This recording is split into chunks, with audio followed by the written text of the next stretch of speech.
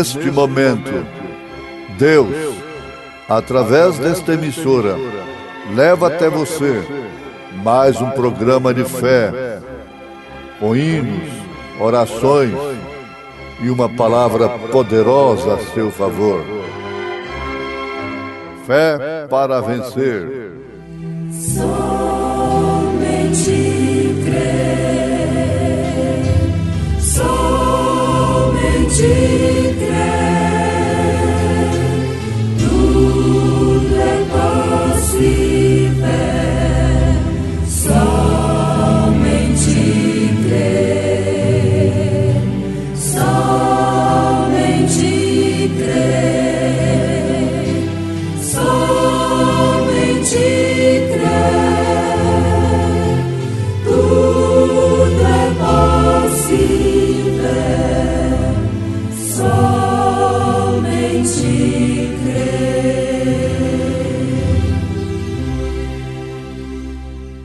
O mistério que esteve oculto desde todos os séculos e em todas as gerações, e que agora foi manifesto aos seus santos, aos quais Deus quis fazer conhecer quais são as riquezas da glória deste mistério entre os gentios, que é Cristo em vós, esperança da glória. Abre-me os olhos para ver algo do bem que tens pra mim. Põe-me nas mãos aquele poder que me desate e solte enfim.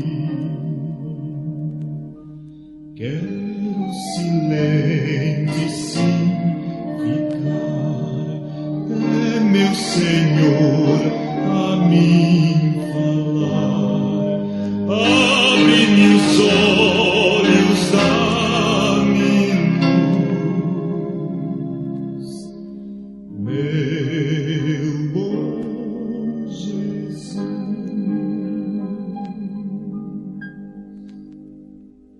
Abre-me ouvido para ouvir toda a verdade que me dás.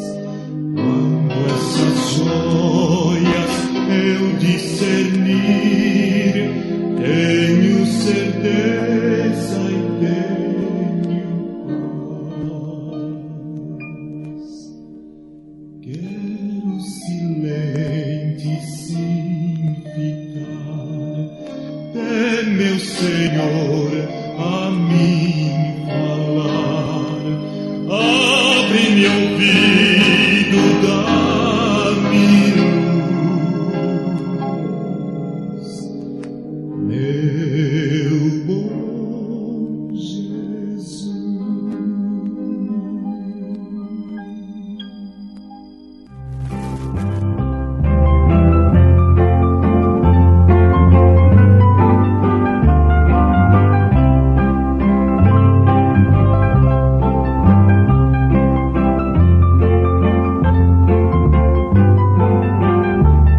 Regozijo-me agora no que padeço por vós, e na minha carne cumpro o resto das aflições de Cristo pelo seu corpo, que é a Igreja, da qual eu estou feito ministro segundo a dispensação de Deus, que me foi concedida para convosco, para cumprir a palavra de Deus, o mistério que esteve oculto desde todos os séculos e em todas as gerações, e que agora foi manifesto aos seus santos, aos quais Deus quis fazer conhecer quais são as riquezas da glória deste mistério entre os gentios, que é Cristo em vós, esperança da glória, a quem anunciamos,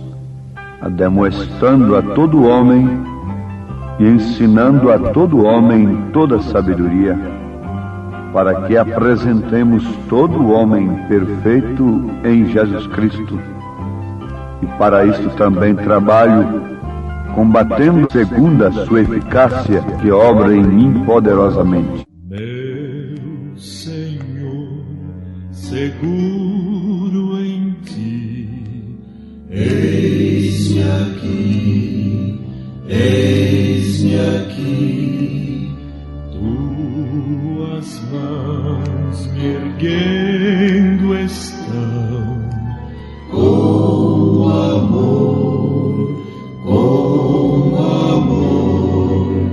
no falar, fala por mim, no andar, anda por mim, no sorrir ou no chorar, meu Senhor, seguro em ti estou.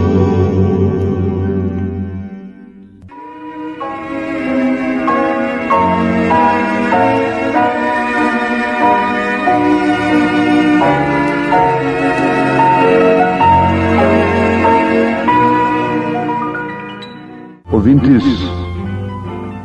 isto é carta de São Paulo aos Colossenses, capítulo 1, versículo 24 ao versículo 29. O mistério que esteve oculto desde todos os séculos e em todas as gerações é manifesto aos santos. Que santos seriam estes? Seriam imagens, estátuas com o nome de Pedro, de Maria, de João e de outros santos do passado? Basta nós pensarmos um pouquinho no significado desta palavra santo, que quer dizer separado. Separado para Deus, separado do mundo e de sua condenação. Este é o santo. Você deve ser santo, deve ser separado. E esse mistério que Paulo fala é manifesto aos seus santos de Deus, aos quais Deus quis fazer conhecer quais são as riquezas da glória deste mistério entre os gentios, que é Cristo em vós, esperança da glória. Vocês gostariam de anotar? Colossenses capítulo 1, a partir do versículo 24. Encontramos que esse mistério tremendo é manifestado aos santos de Deus. Somos santificados pelo sangue de Jesus Cristo. Assunto que deve interessar a todos de uma maneira prioritária, como temos dito. O homem deve encarar este assunto: a sua salvação. O reino de Deus e sua justiça. Nós não ocupamos o vosso precioso tempo para vos fazer conhecer coisas que apenas venham cauterizar uma consciência que pede por religião, que clama por Deus. Não. Paulo disse que o seu combate era segundo a eficácia do poder de Deus, que obrava nele poderosamente. Nenhum homem deveria pregar o Evangelho antes de ter uma experiência como a de Paulo, como a de Moisés e como a dos demais homens que foram e que são chamados por Deus. A igreja precisa conhecer a sua posição, saber o que ela é, para que assim então venha o arrebatamento, o rapto que ela, como noiva de Cristo, aguarda com ansiedade, com expectativa. Antes de tudo, cada membro deste corpo, que é a Igreja de Jesus Cristo, deve ter convicção, certeza absoluta por revelação do Espírito Santo, que os seus pecados estão todos no mar do esquecimento, apagados pelo sangue de Jesus Cristo. Então devemos lembrar que no Velho Testamento o pecador levava o cordeiro e punha sua mão sobre aquele cordeiro enquanto o sacerdote o sangrava, e ele sentia a morte daquele cordeiro no seu lugar. Mas ele saía dali pronto para pecar novamente, com o mesmo desejo, o que não acontece com o Novo Testamento, o que não acontece com o crente que chega a Deus pelo sacrifício de Jesus. Pela fé, ele toma o Cordeiro de Deus, que é Jesus Cristo, na sua morte, no Calvário, para o seu resgate. Subimos, colocamos nossas mãos sobre este Cordeiro. Aqueles que têm tido a revelação do sacrifício de Jesus em propiciação pelos seus pecados. Então, nós vemos pela fé ele com as suas feridas sangrando, com as costas laceradas e os cruéis espinhos rasgando sua fronte. Sentimos sua dor e ouvimos o seu clamor: Deus meu, por que me desamparaste? Então, ouvintes, o que aconteceu ali? A vida que deixava aquela célula quebrada que retinha o sangue voltava e volta sobre o pecador arrependido. Então ele não volta mais dali, desta experiência de salvação, com desejo de pecar, mas possuindo uma aversão pelo pecado, pelas concupiscências da carne. Devemos olhar para nós e vermos o que é a nossa vida. Simplesmente uma pequena célula que veio de nosso Pai. A fêmea não tem a hemoglobina. Ela produz o óvulo. Ela é incubadora, a mulher. Porém o homem, o sangue vem do homem, do macho, não é? É por isso que a mulher toma o nome do homem. A criança recebe o nome dele. A mãe é a incubadora da criança. Ela dá à luz. Vale a pena termos este conhecimento, não? Foi isto que aconteceu para a nossa redenção. O Espírito desceu sobre Maria e ela deu à luz um filho e o chamou Jesus. É isto que aconteceu. O grande Criador desceu e tornou-se um sacrifício para nosso pecado. Seu sangue era o sangue de Deus, não o sangue de uma segunda pessoa. Atos dos Apóstolos, capítulo 20, versículo 28, nos afirma que fomos comprados com o próprio sangue de Deus. Foi isto exatamente o que aconteceu. O sangue de Deus foi derramado e o Espírito Santo deixou enquanto morria em agonia. Depois a mesma vida. Espírito voltou para habitar no pecador arrependido e libertou totalmente. Este pecador não volta ano após ano, sacrifício após sacrifício, porque não há necessidade. Por um sacrifício, de uma vez por todas, ele é liberto do domínio do pecado e recebe a vida de Cristo, por onde ele reina em vitória sobre o pecado, o mundo, a carne e o diabo. Você notou? O Espírito desceu sobre Maria e gerou o Filho.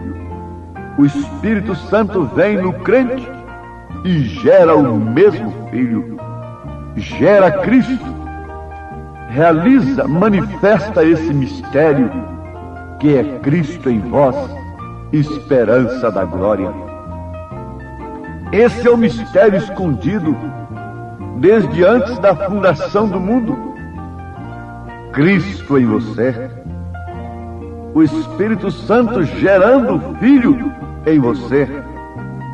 Esse Filho é a palavra de Deus. É você na palavra e a palavra em você. Deus o fez. Ele fez tudo isso.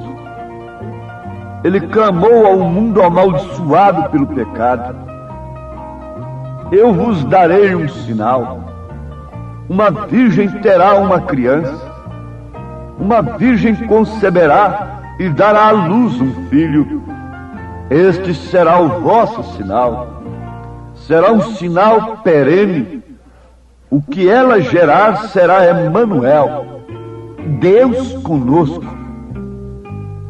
Sempre gosto de repetir, não uma segunda pessoa conosco, mas o primeiro e o último, o alfa e o ômega, o princípio e o fim, o Pai da eternidade, o Filho, Pai, Espírito Santo, o Pai e Filho Espírito Santo.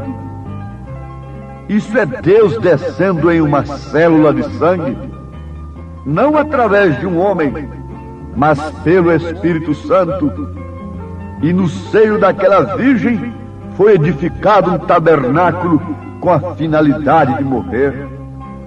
A semente da mulher veio a fim de que ele fosse esmagado no Calvário para nos trazer salvação. Uma virgem concebeu para este fim. Porque quando Adão recebeu a Eva, ela estava com a semente da serpente dentro de si. Porém, quando José recebeu a Maria, ela estava com a semente de Deus, a semente original, o Filho de Deus, o Emanuel, o próprio Deus encarnado dentro de si.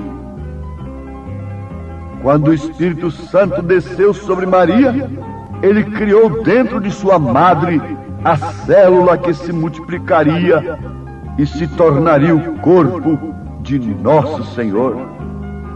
Agora veja, a igreja é o corpo de nosso Senhor. Veja quem é que tem que gerar esse corpo.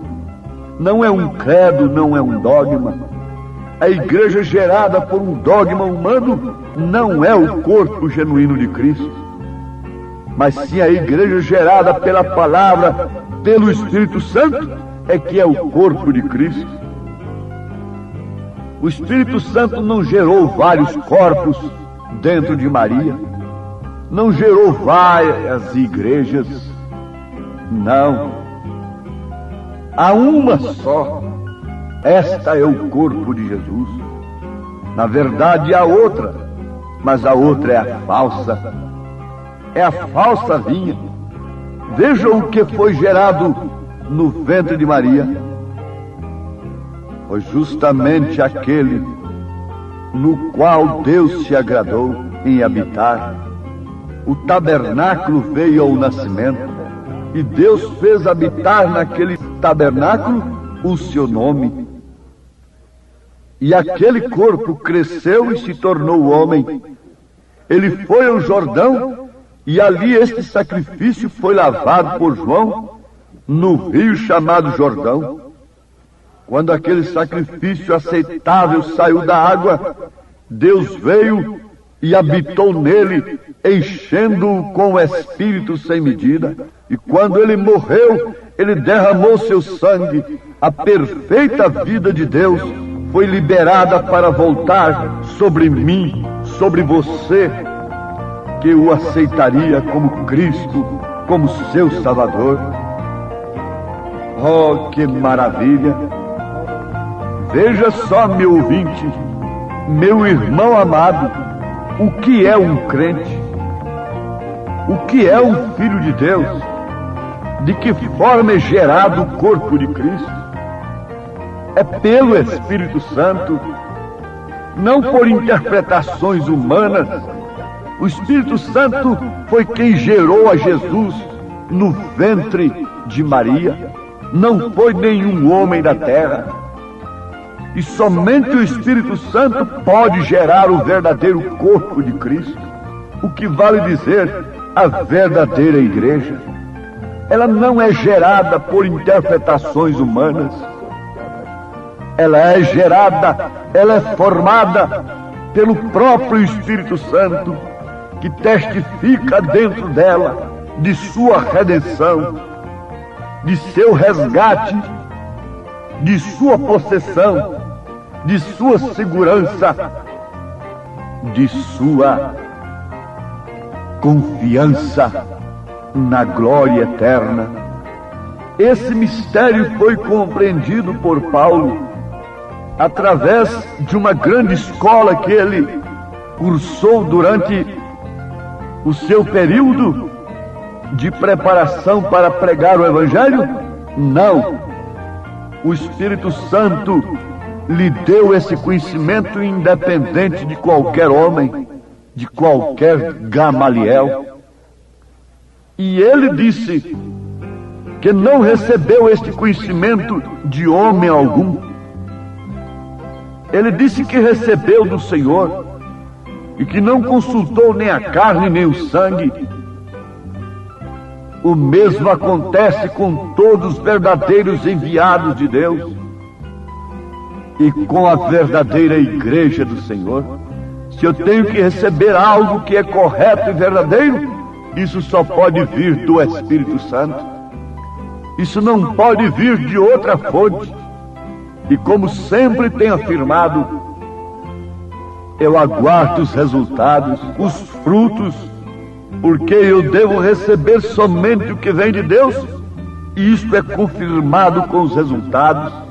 Veja o resultado da vida que você tem levado, veja os frutos de sua vida, e medite enquanto pode, enquanto há tempo de se arrepender e de se aproximar do Calvário pela fé, em nome de Jesus Cristo.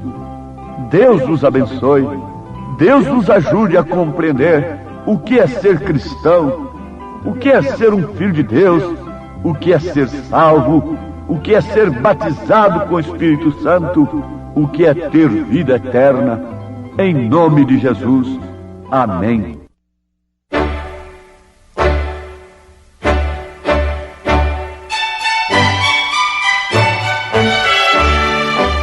Ouvintes, escreva-nos pela caixa postal de número 15.020, 15020, CEP 74.501-970, Goiânia, Goiás. O nosso endereço na internet é www.apalavraoriginal.org.br. Volte a nos ouvir amanhã novamente neste mesmo horário, nesta emissora, se o Senhor nos permitir, com fé no Filho de Deus, a fé que vence o mundo.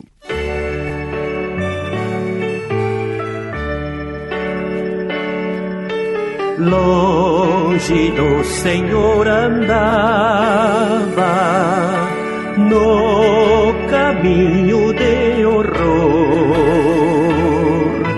Por Jesus não perguntava, nem queria o seu amor. No juízo não pensava, nem na minha perdição, nem minha alma desejava a eterna salvação. Oh, porque Jesus me ama, eu não posso te explicar, mas a ti também te chama, pois deseja te salvar.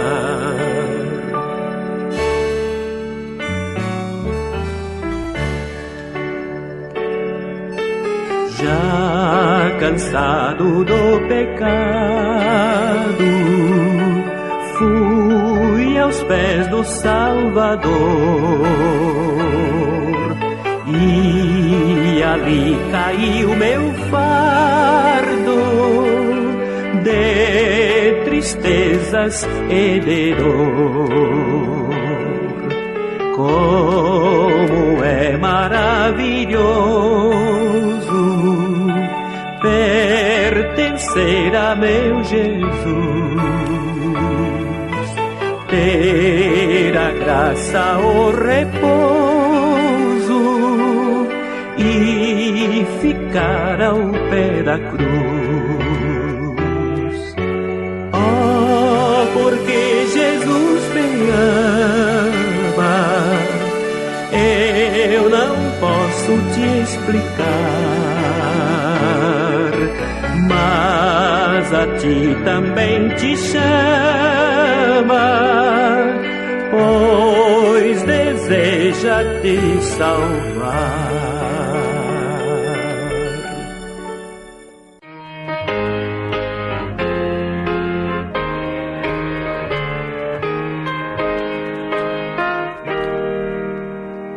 Breve vem o grande dia em que lutas findarão, todos males, agonias deste mundo cessará no céu o pranto, pois não haverá mais dor, e ouvir-se-á o canto dos remidos do Senhor.